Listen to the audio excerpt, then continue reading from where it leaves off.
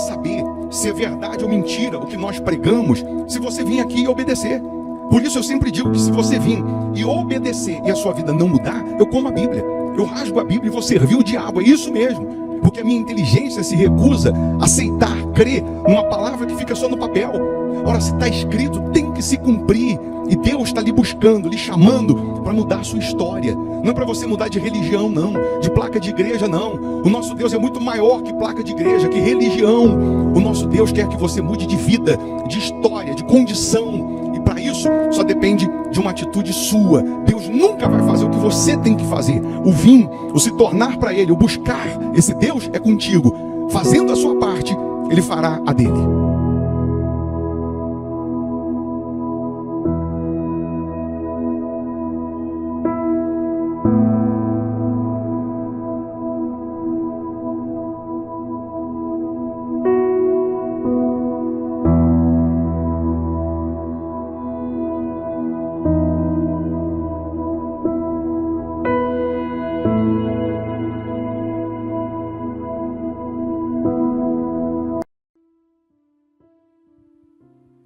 Que Deus abençoe a sua vida, que Deus abençoe a sua casa, que Deus abençoe novembro, que esse mês de novembro seja um mês de coisas novas, de maravilhas, de respostas, de sinais, prodígios e maravilhas na vida dos que creem. Eu profetizo que nesse mês de novembro você alcance coisas novas. A Bíblia diz em Isaías 43, 18 e 19: não vos lembreis das coisas passadas, nem considereis as antigas.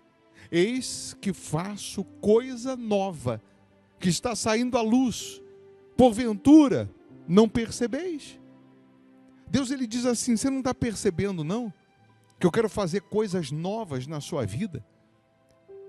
Para que você alcance essas coisas novas, você precisa se libertar do passado. O que perdeu, perdeu. O que deu errado, deu errado. O que não aconteceu, não aconteceu. Mas olhe para frente, porque eu vou fazer coisas novas. Eu vou te dar coisas novas. Esse é o nosso Deus, vivo e poderoso. Mais uma vez, eu quero lhe convidar para orarmos, abençoando esse dia e abençoando esse mês de novembro.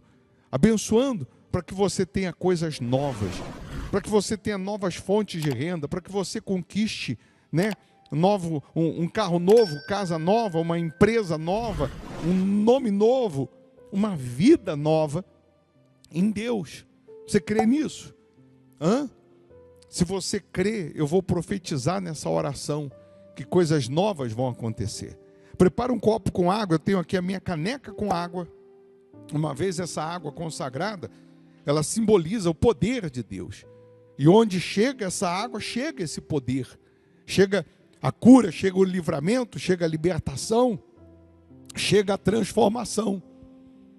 Inclusive, nesse domingo, nós vamos nos reunir buscando essa transformação de vida. 8 da manhã é o nosso culto. Aqui na igreja Hospital da Alma, que fica em Belo Horizonte, Minas Gerais, Avenida Amazonas, 1744. Eu não estou lhe chamando para mudar de placa, de nome de igreja, religião, nada disso.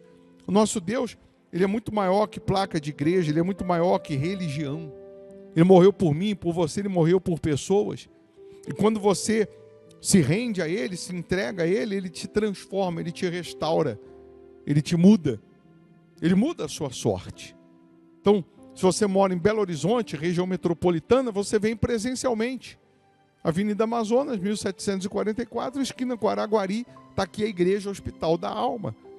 Se você geograficamente mora longe, não dá para vir, aí você faz da sua casa uma extensão da igreja, participando virtualmente, através desse canal aqui no YouTube. Por isso é importante você estar inscrito no canal. Já deixa o seu nome aqui também. Não custa, é só escrever. Ou o nome do seu familiar. Ou o nome do seu familiar para oração. Uma coisa eu sei. A luz vai brilhar. Ele diz: eis que faço coisa nova, que está saindo à luz. Porventura, não percebeis? Ele vai fazer coisas novas. Pode ter certeza disso. Vamos orar? Se possível, feche os olhos. Meu Pai,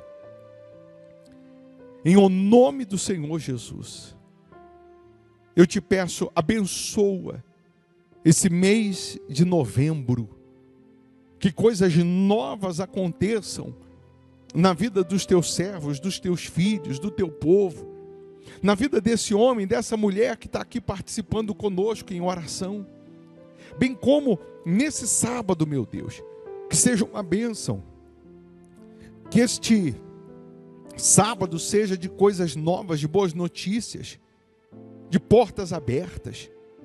O Senhor é poderoso para fazer mais do que pedimos e mais do que pensamos. Então, ó Deus, cura agora o doente, liberta agora o cativo, livra agora essa pessoa de toda aflição, perturbação, maldição. Livra essa pessoa de todo tormento, de todo sofrimento. Eu determino agora que todo mal, em nome de Jesus, sai agora. Que aconteça, meu Deus, o milagre da transformação, da cura, da restauração, da renovação, meu Pai. Abençoa esse dia, os trabalhadores, abençoa as famílias, guarda, proteja as crianças, livra-nos dos males físicos e espirituais. Caia 1000 ao nosso lado, 10.000 à nossa direita, não seremos atingidos, porque o Senhor é quem nos guarda, o Senhor é quem nos protege, o Senhor é quem nos livra. Abençoa os inscritos no canal, os que têm os nomes aqui para oração, que sejam essas pessoas tocadas pelo teu poder. Consagre e abençoa a água que ela preparou, que ao beber dessa água, que ela receba saúde física, saúde espiritual, meu Pai. Ó, meu Deus, nós entregamos tudo nas tuas mãos, nós colocamos tudo nas tuas mãos. Toma a frente, meu Pai,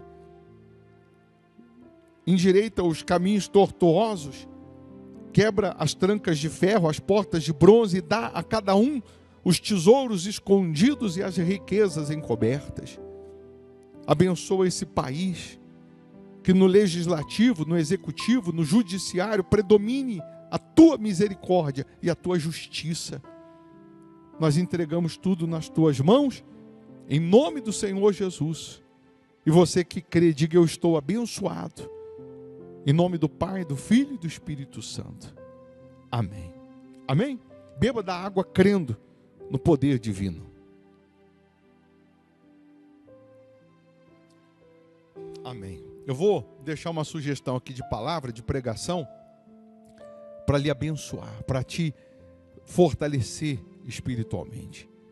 Se você puder, ouça, não vai fazer mal não, só vai fazer bem. Pode ter certeza. Tá bom? Deus abençoe o seu sábado, Deus abençoe a sua vida. Bom dia.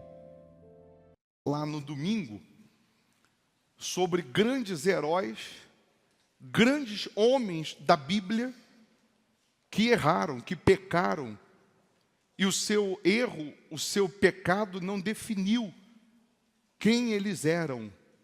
É muito fácil a gente apedrejar, a gente jogar pedras no pecado, ou já definir, ou pré-definir, por conta do erro, a gente definiu o futuro daquele que errou, como se ele não tivesse mais chance, como se Deus o tratasse com punição, não dando a ele uma segunda chance. Tem uma canção que diz assim: se você quer ganhar, tem que saber perder. Eu quero que você pense primeiro o seguinte: nós fomos treinados, nós fomos preparados para ganhar, não para perder. Todos nós, o ser humano, desde criança, se você tirar a chupeta da boca da criança, ela vai chorar porque ela não quer perder.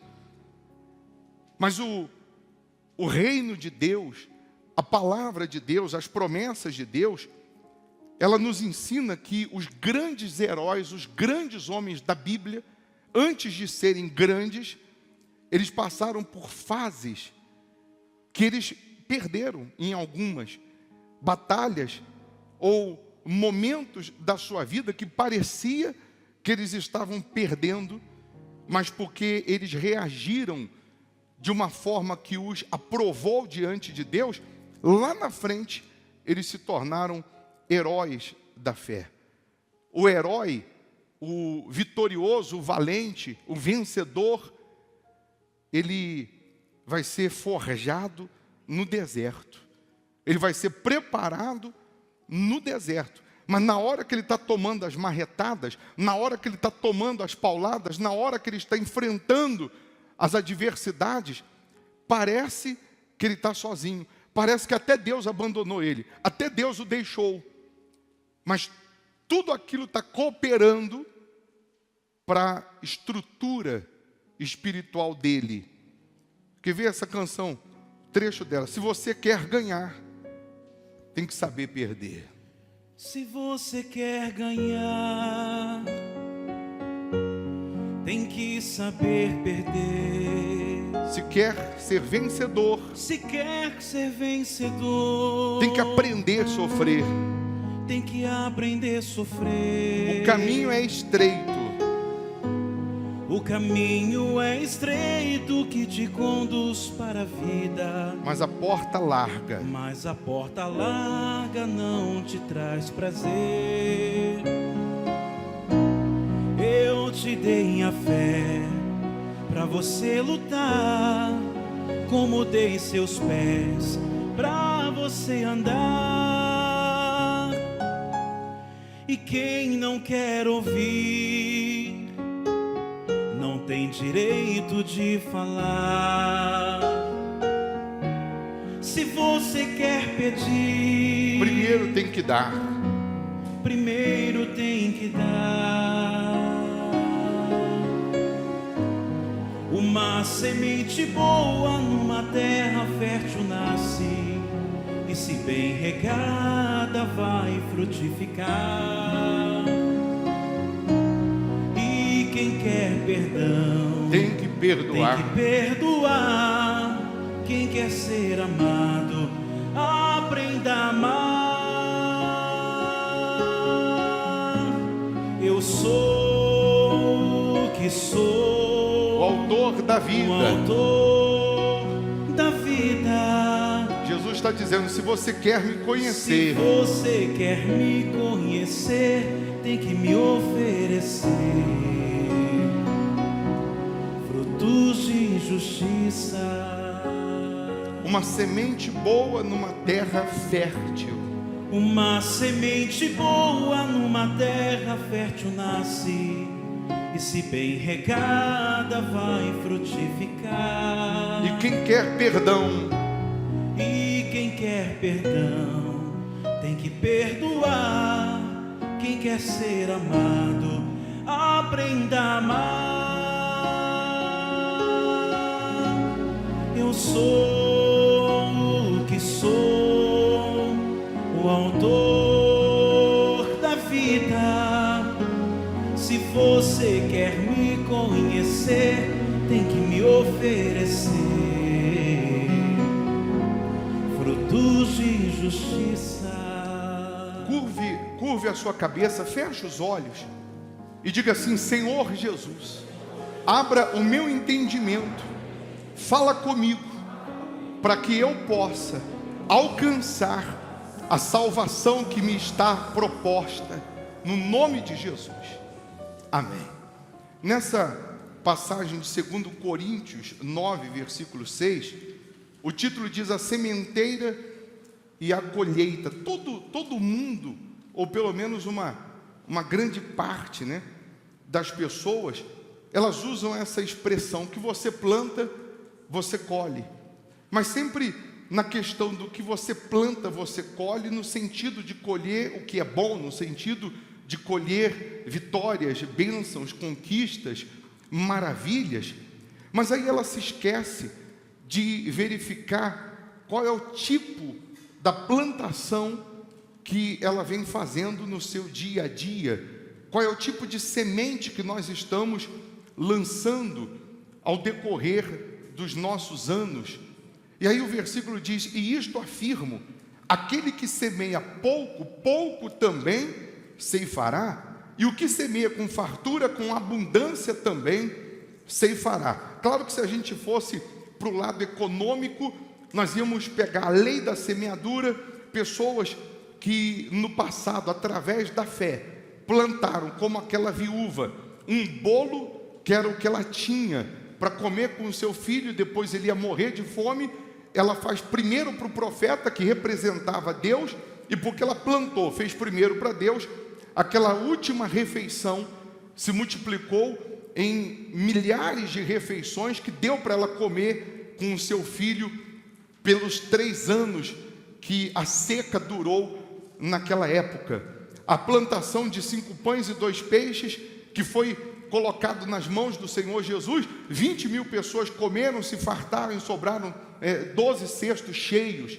Mas não é essa plantação que eu quero falar hoje, não. Não é essa semeadura que eu quero falar hoje. Se você semear o que é mal, você vai colher o que é bom. Se você semear orgulho, se você semear injustiça, se você é aquela pessoa que semeia ingratidão, você acha que você vai colher o quê? Se a lei da semeadura, ela serve para todos nós. A lei da semeadura, ela sempre vai servir para todos nós, independente do lugar ou da posição que nós ocupamos na terra.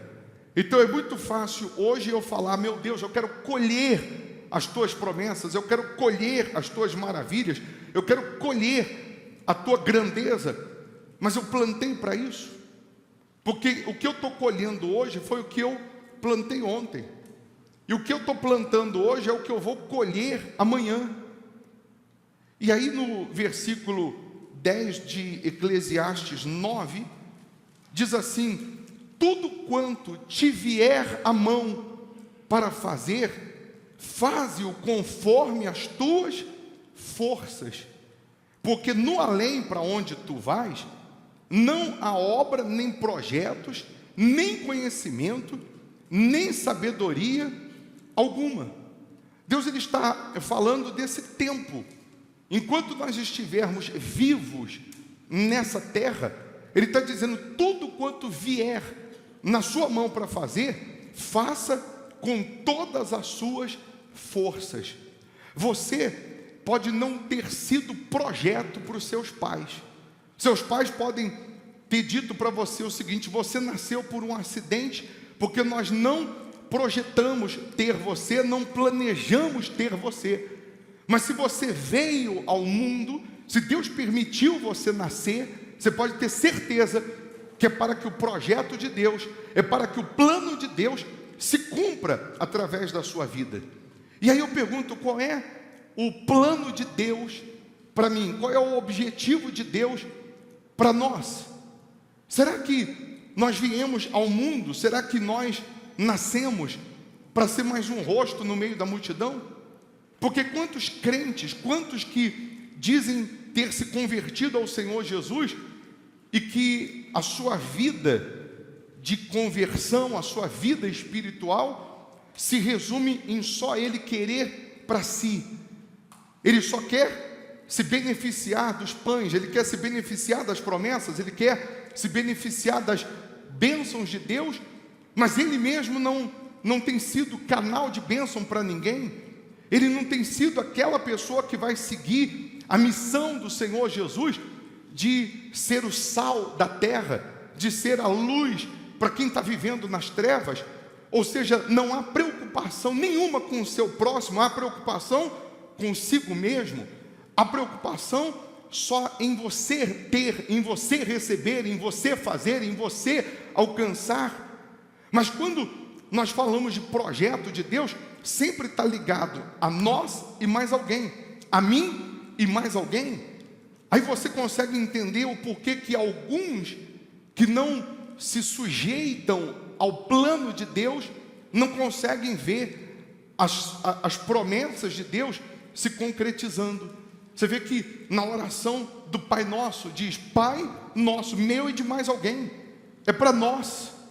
O pão nosso não é só para mim. O pão que vai vir só para mim e para o outro nada. Então muitas pessoas, infelizmente, por elas serem egoístas, espiritualmente falando, elas não colocam todas as forças para cumprir a missão, o plano, o propósito de Deus na vida delas. Elas até vêm à igreja, elas até fazem as suas orações, mas elas não são. Que é muito diferente fazer do que ser. Você lembra que Jesus foi na casa de Marta e Maria, e aí Marta correu fazer algumas coisas lá na cozinha, cozinhar, preparar alguma coisa para Jesus comer, e a Bíblia diz que Maria ficou aos pés de Jesus. Ela se preocupou em ser para Jesus, ela se preocupou em se alimentar do que Jesus tinha para ensinar, do que Jesus tinha para passar.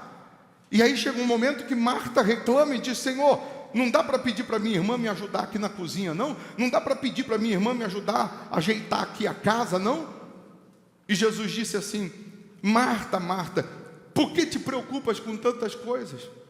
A sua irmã escolheu a boa parte, que é ser, que é muito melhor do que fazer. E essa boa parte não será tirada, já que ela escolheu ser do que fazer. Entenda, Jesus não disse que o fazer não é para ser colocado na lista de prioridades, mas Jesus está dizendo que na lista de prioridades o ser vem primeiro, vem antes do fazer. Primeiro eu tenho que ser para depois fazer, porque não adianta eu fazer se eu não sou. Não adianta eu servir, eu sou um evangelista, eu venho na igreja mais cedo, ajudo a limpar a igreja, eu tento manter a casa de Deus em ordem, mas eu não sou para Deus quem Ele esperava que eu fosse.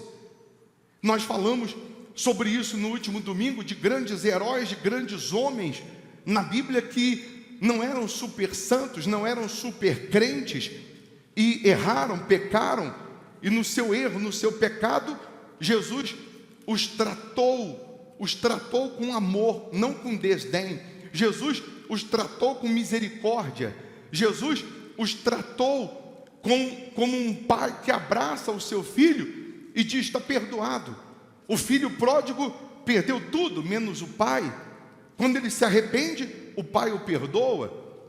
Judas, se tivesse se arrependido, Jesus também tinha perdoado. A diferença é que Judas não se arrependeu, Judas não pediu perdão. Então, às vezes, nós somos aquelas pessoas que não fazemos para Deus com todas as forças, porque não somos ainda para Ele como deveríamos ser com todas as forças. Somos aqueles que jogam pedras, somos aqueles que julgam, somos aqueles que plantamos o que é mal e queremos colher o que é bom, se a nossa plantação não está sendo de acordo.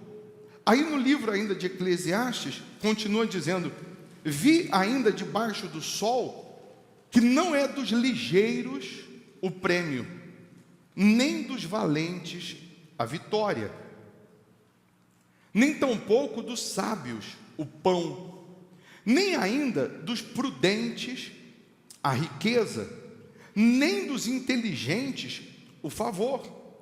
Porém, tudo depende do tempo e do acaso, pois o homem não sabe a sua hora.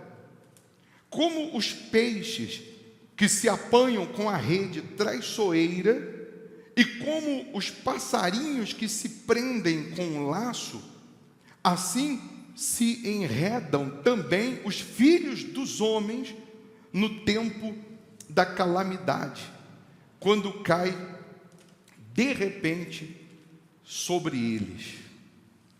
Deus, através de Salomão, está nesses 3 versículos aqui nos dando uma lição. Uma lição, como no início você cantou: se você quer ganhar, tem que saber perder. Se quer ser vencedor, tem que aprender a sofrer. E quem quer perdão, tem que perdoar. Quem quer ser amado, aprenda a amar. Deus, Ele está dizendo o seguinte: assim como para o peixe, quando você lança a rede, na concepção do peixe, essa rede é maligna, é traiçoeira, porque pega o peixe de surpresa. Assim como para o passarinho, ele cai numa arapuca, e na concepção do passarinho, aquele foi o seu dia mau, aconteceu dessa rede traiçoeira, desse laço te pegar despercebido, ou o pegou despercebido. Deus está dizendo: pois é, isso acontece com você também. Assim como acontece com peixe, assim como acontece com passarinho, isso também pode acontecer com todos nós. O laço, o dia mau, a rede traiçoeira, ela pode surgir, ela pode aparecer naquele dia que nós estamos desapercebidos, naquele dia que nós estamos meio que com a nossa cabeça em outro lugar que não seja o reino de Deus. E aí você vai lembrar de Davi, que vai dar uma volta no palácio, e aí ele vê a mulher tomando banho, ele pede para que traga ela, ele cai, ele se prostitui, ela engravida, ele manda matar o marido dela. Justamente num dia, por uma rede traiçoeira, Davi, ele errou e pecou. Mas aí eu pergunto: você consegue definir o caráter de Davi por aquele único erro? Alguém poderia dizer: ele não presta, não tem mais chance, onde já se viu, cometer o que ele cometeu, fazer o que ele fez. Mas Deus simplesmente mandou dizer para ele através do profeta: Deus te perdoou. E colocou uma vírgula na história dele, continuou escrevendo a história dele, quando todos colocariam um ponto final. Circunstâncias, elas podem ou surgiram exigindo de você uma postura específica, e porque você não teve uma postura específica diante daquela circunstância, você já foi apanhado por uma rede traiçoeira, por um laço. Você foi pego por uma rede traiçoeira. Quantos que estavam na sua jornada, na sua caminhada com Deus, maravilhosamente bem, e num dia, ou num dia mau, como a Bíblia diz, você pecou, você falhou, você errou, você perdeu, vamos levar para outro lado, perdeu a empresa, perdeu um grande negócio, você perdeu um familiar, você perdeu uma amizade de 30, 20 anos, e parece que por conta disso a sua vida acabou. Por quê? Porque nós não somos e não fomos preparados para suportar o dia mau. Nós não fomos preparados para isso. Antes de José ser quem ele foi, ele passou pelo dia mau. Ele passou pelas redes traiçoeiras de ter sido vendido, de ter sido caluniado, de ter sido preso, etc, etc, etc, para depois ele ser o que Deus queria que ele fosse, governador do Egito. Mas será que nós estamos preparados para o processo? Porque Deus, Ele diz para a gente qual é o sonho, qual é o plano, o que Ele quer para você, onde Ele quer que você chegue. Mas se Ele contar para a gente o processo para a gente chegar lá, nós não vamos querer, porque o processo, na sua maioria, é dolorido. O processo, na sua maioria, é de lágrimas, de fel, é de amargo, é de amargura. Não é fácil. Mas quando você faz com todas as suas forças, mesmo que você esteja hoje no dia mau, mesmo que você esteja amargurado, angustiado, porque, pessoal, servir a Deus andar com Deus não é você viver no mundo da Alice, no País das Maravilhas. As pessoas pensam que andando com Deus vão viver no mundo da Alice, no País das Maravilhas. E aí no primeiro aborrecimento que ela passa, na primeira tribulação que ela enfrenta, na primeira dificuldade que ela enfrenta, ela acha que Deus a abandonou. Ela acha que Deus não está olhando para ela. Ela acha que Deus não está vendo a sua situação. Por quê? Porque prepararam ela para viver no mundo das maravilhas, quando não é. Nós enfrentamos guerras, nós enfrentamos lutas, nós enfrentamos perturbações, tempestades, os laços do mal, mas a nossa fé continua focada em Deus, a nossa visão voltada para Deus. Nós não vamos nos abater, nós somos angustiados, somos perseguidos, como Paulo disse, mas nós não vamos nos deixar vencer por isso. Mas ele está dizendo que nós vamos passar pelas lutas, nós vamos passar pelo vale da sombra da morte. E na hora que você está passando por esse vale, qual é a sua reação? Qual é a sua atitude? Nas horas ruins, nas horas más, quais são as nossas atitudes? Porque a fé sem obras, ela é morta. A fé sem atitude, sem a prática, sem a confiança, sem a perseverança, ela é morta. É o que diz aí em Tiago 2, o título diz: a fé sem obras é morta. Meus irmãos, qual é o proveito se alguém disser que tem fé, mas não tiver obras? Pode acaso semelhante fé salvá-lo? Em outras palavras, Deus está dizendo o seguinte: o que adianta você bater no peito e dizer que tem uma fé extraordinária, que você ora 24 horas de joelho, que você lê a Bíblia o dia inteiro na sua casa? O que adianta você dizer eu tenho uma fé extraordinária, mas cadê as suas obras? Cadê as obras dessa fé? Cadê o serviço dessa fé para com o próximo, para com o aflito, para com o que está hoje endemoniado? O que nós estamos fazendo pelo nosso próximo? O que nós estamos fazendo com essa fé que nós temos para produzir almas para o reino de Deus, para tirar as pessoas que estão nos caminhos do inferno e levá-las para os caminhos de Deus? Eu não estou dizendo que você não tem que você tem que abrir mão do seu trabalho, da sua vida, para viver em função só de ganhar almas. Não é isso. Mas é você saber dosar, é você saber que a fé só de boca, só de palavra, ou a fé que é só para si, que é só para você receber, que é só para você se beneficiar, que é só para você conquistar, essa fé é morta. A fé que é egoísta é morta. Você lembra do cego que, quando Jesus estava passando por um caminho, começou a clamar, começou a gritar, começou a pedir: tem misericórdia de mim?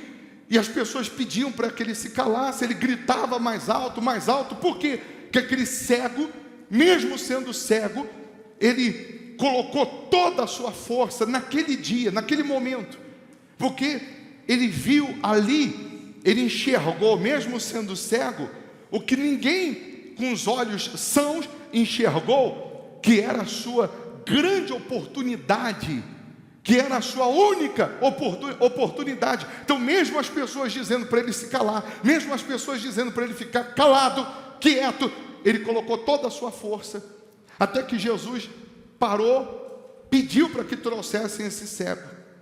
E quando o cego se aproximou de Jesus, Jesus fez uma pergunta que para a gente é tão ilógica, óbvia, que a gente às vezes até fala: mas Jesus fazer essa pergunta? Perguntar para um cego se ele quer ser curado, ou o que ele quer, parece algo ilógico. Mas Jesus perguntou para ele o que ele queria, porque às vezes o cego está tão cego que nem ele sabe o que ele quer. Às vezes nós estamos tão cegos, espiritualmente falando, que nem nós sabemos o que nós queremos. E aí Jesus pergunta: o que queres que eu te faça? Ele disse: que eu torne a ver. Tem uma outra versão da Bíblia, que eu não botei aí na folha agora, mas tem uma outra versão seguindo os estudos da teologia, que o cego, ele, em outras palavras, que eu não lembro agora, mas em outras palavras ele estava dizendo o seguinte: eu quero te ver agora, ainda que daqui a pouco eu volte a ser cego. A única coisa que eu quero, Jesus, é te ver agora. Todo mundo está te vendo. Eu queria pelo menos isso, te ver, ainda que fosse temporariamente, e depois voltar a ser cego, mas eu queria muito te ver agora. Aí você entende por que Jesus disse para ele: a tua fé te salvou, não só te curou, porque Jesus viu nele a intenção que ele queria enxergar, não era só para si, não era só para o bel prazer dele, mas ele só queria ver Jesus. Jesus sabe das nossas intenções. Você quer ser curado para quê? Só para você estar livre da dor, ou para que através dessa cura você glorifique Jesus, dê testemunho de Jesus? Você quer prosperar para quê? Só para encher o bolso de dinheiro? Ou você quer prosperar para ser alguma coisa para Deus? Servir a Jesus no ganho de almas? Você quer conquistar alguma coisa, algum milagre, alguma resposta? Para quê? Só para si? Ou para que Jesus seja visto na sua vida através desse milagre? Qual é a nossa intenção? Porque ele, sabendo da nossa intenção, ele conhecendo a nossa intenção, ele pode ouvir a gente gritando pelo nome dele, porque a nossa intenção não é servi-lo, e sim se servir dele. Ele pode continuar a caminhada e não parar, mas ele parou porque ele viu naquele cego uma intenção que ele não viu em ninguém daquela multidão. Ele parou e ninguém da multidão fez ele parar, mas o cego fez ele parar, porque ele viu no cego o que não enxergou em ninguém. Se Jesus vê em você, em mim, a intenção de agradá-lo, a intenção de fazer com todas as nossas forças, se ele vê em nós a intenção de realmente glorificar o nome dele, ele vai parar e vai nos atender. Você caiu num laço, você caiu no pecado, você caiu numa arapuca, ele te perdoa, ele te lava, ele te limpa, ele pega na tua mão e diz: vamos embora, não para não desiste não. Eu disse no domingo, o não perdoar é pior do que pecar. Às vezes a mulher diz assim: o meu marido errou comigo e o meu casamento acabou porque ele errou comigo. Não, o casamento não acabou porque ele errou com você, acabou porque você não perdoou. Porque ele pediu perdão, você viu sinceridade nele e você não perdoou. Então não perdoar é muito mais sério, mais grave do que o pecar. Se eu preciso de perdão, eu também tenho que perdoar. Está no Pai Nosso. Não está escrito lá no Pai Nosso? Isso aí? Para perdoar as nossas ofensas, assim como nós perdoamos. Não é assim? Ou nós não precisamos de perdão? Ou nós não falhamos, não erramos, não pecamos? Ou somos super santos, super crentes, que não temos defeitos, não temos erros, não temos falhas? Aí você vai jogar fora um relacionamento de 30 anos porque ele errou, e ele já pediu perdão e você viu sinceridade e você não perdoa? Você vai jogar fora uma amizade de 20, de 15 anos, de 30 anos, porque esse seu amigo errou com você, pisou na bola com você, e você não dá uma segunda chance? Você quer colocar um ponto final na história, quando você deveria colocar vírgula, porque Deus coloca vírgula e continua escrevendo. Deus coloca vírgula e continua escrevendo a nossa história. O plano de Deus para mim, para você, ele não pode parar, ele não pode ser interrompido. Não quer dizer que estamos livres para pecar, não quer dizer que estamos livres para errar, mas se uma circunstância exigiu de você uma postura que você não teve, você caiu num laço, caiu numa cilada, caiu numa armadilha, não fica caído não. O pecado faz você correr de Deus quando era para você correr para Deus. O pecado faz você se distanciar da palavra de Deus, se esconder de Deus como Adão e Eva fizeram. Quando você deveria correr para Deus e falar como o filho pródigo falou: eu pequei, eu errei, eu vacilei, eu preciso de perdão. E o Senhor Jesus vai te perdoar. O Senhor Jesus vai te lavar. Tem esposa que até hoje não conseguiu perdoar o marido. Tem marido que até hoje não conseguiu perdoar a esposa. Tem filho que até hoje não conseguiu perdoar o pai, porque o pai errou com você. E o pai que errou com você, ele errou porque ele também caiu num laço. A mãe que errou com você, falou o que não deveria falar, também caiu num laço.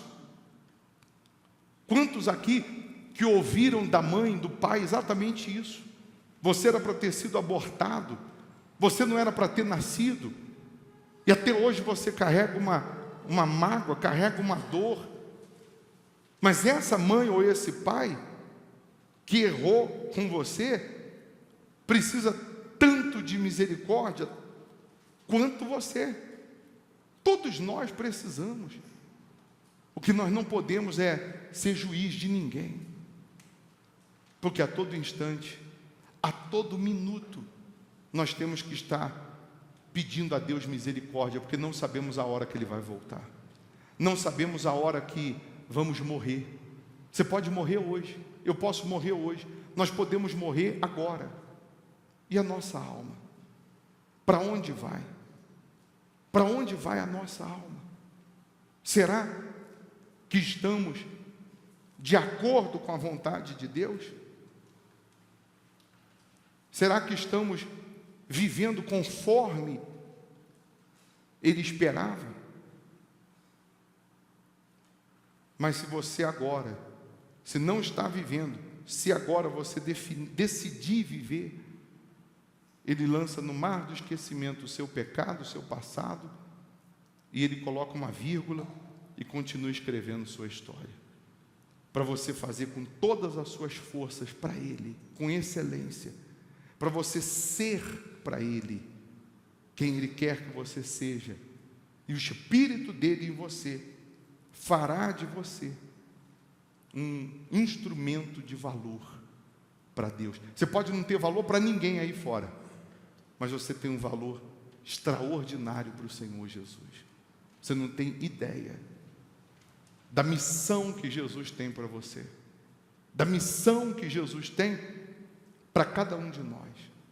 Nós só estamos vivos porque temos uma missão que vem de Deus para concluir. Então, o laço, a armadilha pode surgir para um, para outro, para qualquer um, mas você não pode ficar preso no laço. O sujeito pecou, ele se arrepende e abandona o pecado. Ele não continua no pecado, ele não continua no erro. Agora, nesse momento, nos presídios, nós temos pessoas que foram pegas por esse laço, por um laço, num momento de ira, de revolta, ele matou, mas o caráter dele não é mau, o caráter dele não é assim.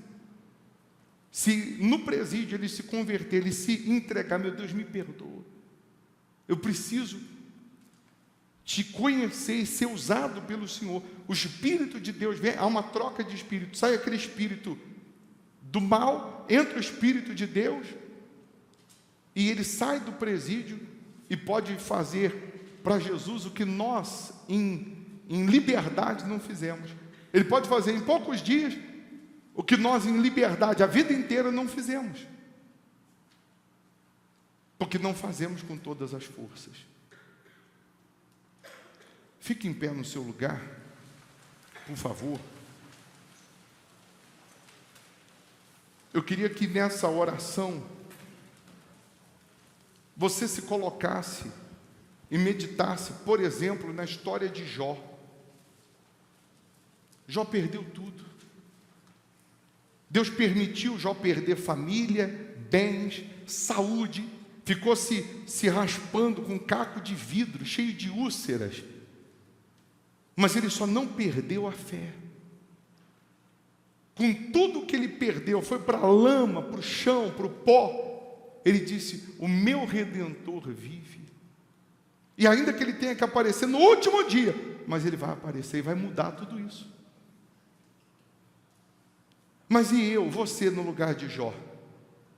Por muito pouco a gente blasfema.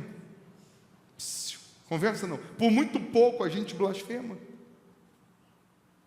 Nós, no lugar de Jó, por muito pouco a gente acha que Deus esqueceu da gente, que Deus nos abandonou. Jó perdeu absolutamente tudo. Ele só não perdeu a sua comunhão com Deus. Porque a sua comunhão com Deus não estava apoiada nas suas conquistas, ou na falta delas. A gente começa a medir a nossa vida espiritual o seguinte: se estamos conquistando, se a coisa está indo bem, então a gente está bem com Deus, está tudo certo. Se está acontecendo alguma coisa de mal, de ruim, então a gente acha que Deus não é mais com a gente, que agora é o diabo. E quando é o diabo, nós sabemos que é o diabo. Quando é a gente, nós sabemos que somos nós. Mas a nossa conquista ou a falta dela não define quem nós somos. Mas é bem verdade que na falta da conquista, ou na falta da resposta, ou do milagre, nós desanimamos. Ou nos deixamos ser pegos pelo laço da dúvida, da murmuração, da desistência. E a nossa reação diante das lutas é que vai definir realmente quem somos. A nossa reação. Jesus, a Bíblia diz que ele suportou, não fazendo caso da ignomínia, não fazendo caso da vergonha que ele ia passar. Ele suportou toda a humilhação e não fez caso da vergonha, da humilhação que ele ia passar, sendo ele Jesus. Sabe por quê? Que ele não fez caso? Porque ele sabia onde ele ia chegar. Ele sabia que depois daquela vergonha, depois daquela humilhação, depois da morte de cruz, depois daquelas pancadas que ele levou, ele sabia que ele ia ressuscitar, se ele suportasse. Se a gente suportar, nós vamos chegar lá. Suporta. Mas bispo, está pesado, suporta. Está difícil, suporta. Estão falando o que eu não fiz, estão dizendo o que eu não fiz, suporta. Ninguém acredita em mim da minha casa, suporta. Não tem mais ninguém que eu possa desabafar, suporta. Todos te deixaram? Jesus não. Ele continua com você. É só você permanecer. Amém?